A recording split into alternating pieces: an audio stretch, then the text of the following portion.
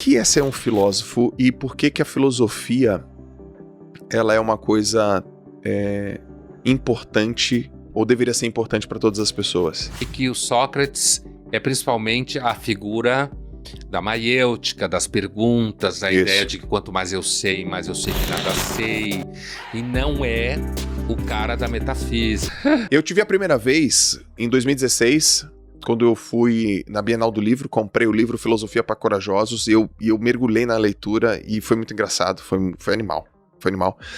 E eu sei que você já deve ter respondido essa pergunta milhões de vezes.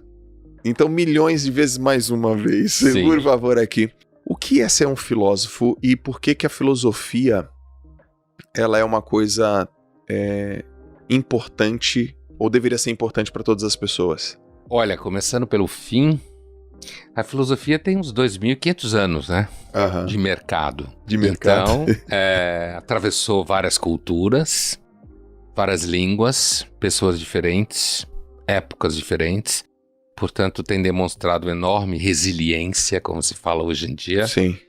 Conversado com uma série de problemas, e ela é, na realidade, a matriz da ciência, né?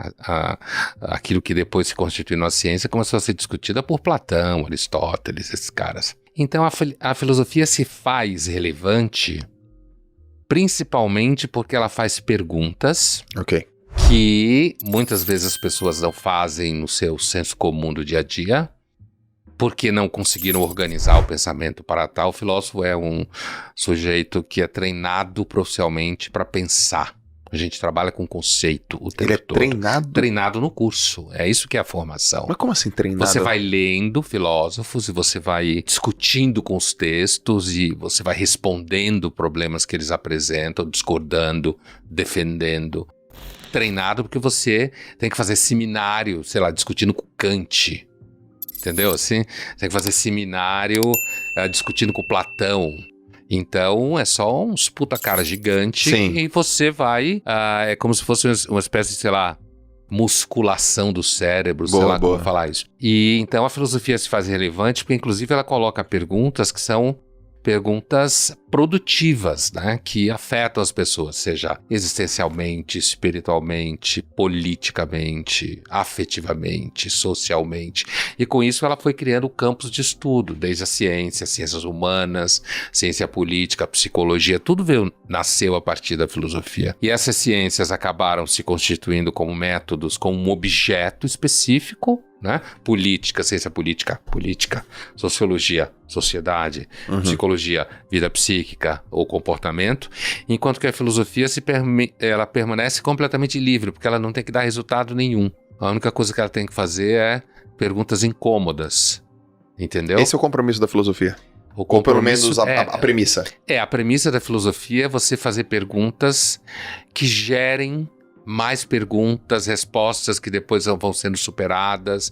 E é uma grande conversa, né? Assim, todo filósofo vivo está constantemente falando com filósofos mortos o tempo todo. Mas não devolve, faz pergunta e devolve. Devolve nos textos, né? Então, é isso aí. Não na mesa do Kardec, assim, com um copo no meio. Não, assim, você faz pergunta e você está lendo o texto, você conversa, bota um para conversar com o outro. Entendeu? Porque os filósofos, eles comentam os que vieram antes, né? É assim que a gente funciona. Sim. A gente está sempre em diálogo com a chamada tradição filosófica. Agora, o que é o filósofo? Então, o Deleuze, filósofo do século XX, francês, dizia que o filósofo é um artista do conceito. É alguém que organiza conceito, esclarece, problematiza. Então, o filósofo é alguém que passa a vida pensando questões que acabam impactando o mundo. Hoje, quando a gente pensa num filósofo, a gente dá um valor incrível. Pelo menos a maior parte das pessoas percebe um valor incrível. Pô, um cara é um pensador, um filósofo, é um cara que consegue, através de perguntas, reflexões, visitações cognitivas, ele consegue resolver problemas atemporais e fundamentais. Isso sempre foi assim. Por exemplo, eu tô pensando lá, sei lá, Platão, o Sócrates, fazendo aquelas perguntas dele lá, há 2.500 anos atrás, ele era percebido como uma pessoa de valor também? Sim, esse caso que você falou, com certeza, sim. Sócrates era um sujeito, não era da aristocracia ateniense, Platão era, estirpe muito alta, né? Dentro da aristocracia ateniense.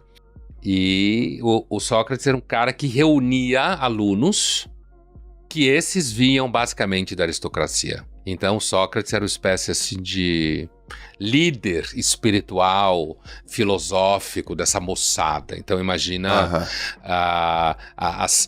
o Sócrates não escreveu nada, né? Então, tudo que a gente sabe do Sócrates é do Platão, que escreveu, em que ele aparece nos diálogos do Platão. Então, a gente nunca sabe exatamente até onde vai o Sócrates e onde começa o Platão, entendeu?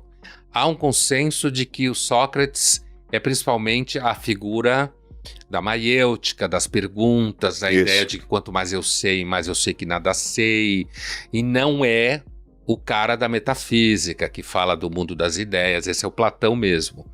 Então, quando você pega Atenas, que você citou aí os filósofos eram famosos mesmo. Era tudo gente famosa. Aristóteles, que era macedônio, não era de Atenas, mas foi para Atenas estudar com Platão. Mas mesmo se você falar dos epicuristas, dos estoicos, né? Stoia em grego é pórtico. Os caras ficavam naquela região ali onde se faz negócio, que tem um teto, colunas, paredes vazadas. E o Zenão ficava dando aula de filosofia ali. O nome do lugar Stoa, em grego, virou estoicismo, né? E então lá era importante, em Roma também na antiguidade os filósofos são figuras bem importantes, nesse sentido que você falou. Ao longo da Idade Média, aí você tem um espaço físico maior, uma descentralização. Então, é claro, São Tomás de Aquino dava lá na Sorbonne, então ele era um cara famoso entre as pessoas que participavam daquele ambiente. Ou mesmo dentro de conventos, né? Porque eram muito... O próprio São Tomás era dominicano. Então, assim... agora, se você pula, por exemplo... Você vai para o século XVII... Os filósofos são membros da elite, muitos deles ricos, bem formados, estão envolvidos, inclusive, com o nascimento da ciência. Então, pensando na tua resposta...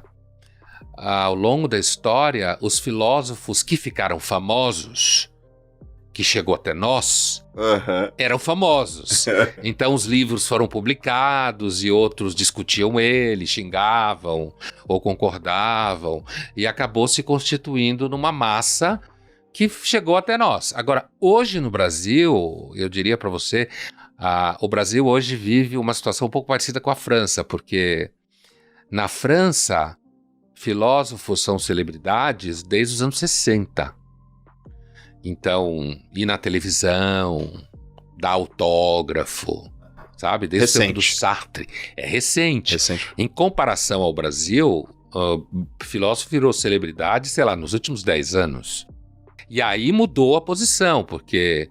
Imagina, quando eu deixei a medicina no 5º ano para ser filósofo, todo mundo achava que eu estava maluco.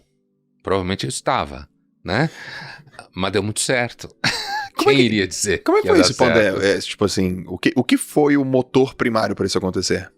Foi assim, eu fui para medicina porque minha família é de médicos. Meu pai, meu avô, minha irmã mais velha, meu tio, meu filho acabou caindo na maldição familiar também. Então eu entrei na medicina um pouco porque eu era bom aluno, gostava de biologia. Tem história na família. A psicóloga na escola falou, olha, você, assim, biomédicas, humanas, você vai dar certo em qualquer coisa que você fizer. Que é uma coisa chamada psicoteste na época. Sim. Né? Nas escolas. Pô, eu faria medicina. Porque você faz medicina, você faz tudo que você quiser depois. Sim. Porque você... Para entrar na faculdade de medicina, você vai passar por uma seleção monstruosa. Então, aí eu falei, tá bom, vou fazer medicina. Foi meio assim. Aí fui, prestei, entrei... E desde o começo eu gostava de biologia, gostava das matérias, mas eu comecei a perceber que eu projetava o futuro. Foi exatamente isso que eu fiz. Eu projetava meu futuro e eu pensava, eu não quero trabalhar no hospital. Sim. E outra coisa que eu fui percebendo é que a maior parte dos colegas me parecia muito bobo. A conversa era muito boba. Entendi. Né? E aí eu comecei a estudar psicanálise. Porque eu falei, bom, vou ser psiquiatra, eu resolvo o problema, né? E a psicanálise me levou pra filosofia. Resolve o problema, não fico no hospital, né? E a conversa aprofunda. Isso aí. Só que aí, entendi. Estudando Freud e Lacan, aí eu fui mordido pela filosofia. E quem foi a primeira... Quem te deu a primeira mordida? Dos filósofos? Afora o Freud e Lacan, que não são filósofos, mas valem como tal, o Sartre. O Sartre. E aí eu perdi a paciência e resolvi chutar o balde e fazer a carreira toda. Foi isso que aconteceu.